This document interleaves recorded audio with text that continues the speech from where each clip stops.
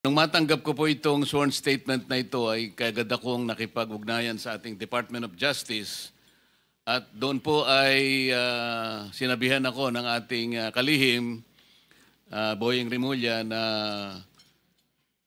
pakisabi mo kanila na wag silang mabahala at nakahanda naman ang ating kagawaran kung sakasakaling sila ay mapatunayang hindi naman most guilty, kasi po ang tuntunin sa ating State Witness Law or Protection Program, kailangan po mapatibayan natin na ang mga nag-a-apply ay hindi most guilty.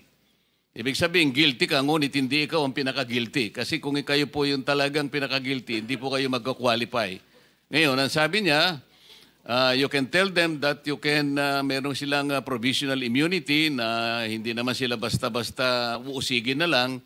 Preparation na po ito sa pag-a-apply nila sa ating State Witness Program. Ganun po yung kanyang kasiguruhan na kanyang sinabi sa akin. Kaya yun po ang aking maitutugon sa inyo ngayon.